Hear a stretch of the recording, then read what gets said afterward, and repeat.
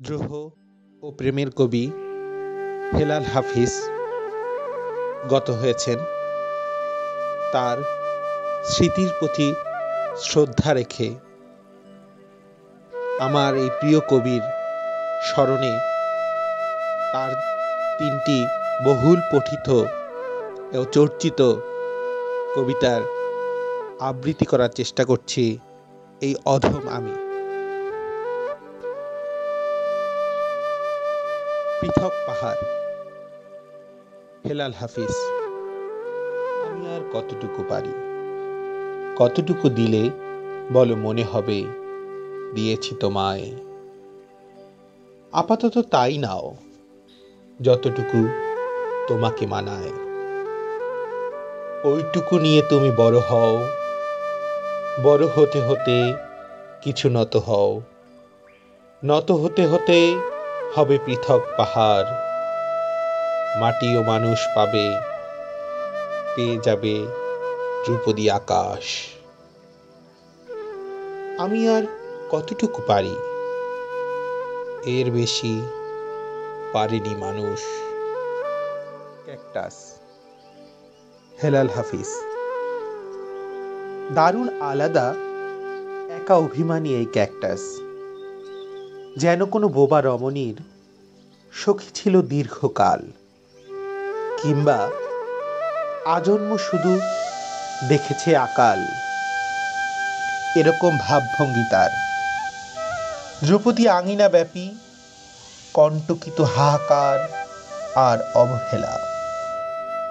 যেন সে উদ্ভিদ নয়, তাকালেই মনে হয় বিরান কারবালা। হয়তো কেটেছে তার মায়া ও মমতাহীন সজল শৈশব, অথবা গিয়েছে দিন এলোমেলো পরিচর্যাহীন এক রঙিন কৈশোর।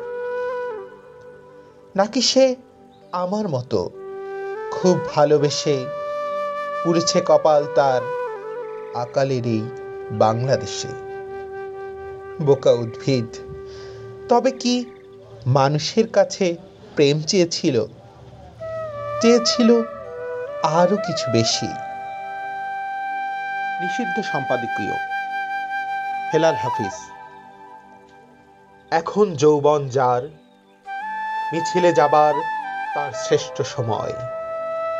এখন যৌবন যার, যুদ্ধে যাবার তার শ্রেষ্ঠ সময়। মিছিলের সব হাত, কণ্ঠ, পা এক নয়। সেখানে সংসারই থাকে, সংসার বিরাগী থাকে। কেউ আসে রাজপথে সাজাতে সংসার, কেউ আসে জ্বালিয়ে বা জ্বালাতে সংসার। শাশ্বত শান্তির যারা, তারাও যুদ্ধে আসে। অবশ্য আসতে হয় মাঝে মধ্যে অস্তিত্বের প্রগাঢ় আহ্বানে। কেউ আবার যুদ্ধবাজ হয়ে যায় মোহরের প্রিয় প্রলোভনে। কোনো কোনো প্রেম আছে, প্রেমিককে খুনি হতে হয়। যদি কেউ ভালোবেসে খুনি হতে চান, তাই হয়ে যান। উৎকৃষ্ট সময় কিন্তু আজ বয়ে যায়। এখন যৌবন যার, মিছিলে যাবার তার শ্রেষ্ঠ সময়। এখন যৌবন যার, যুদ্ধে যাবার তার শ্রেষ্ঠ সময়। কবি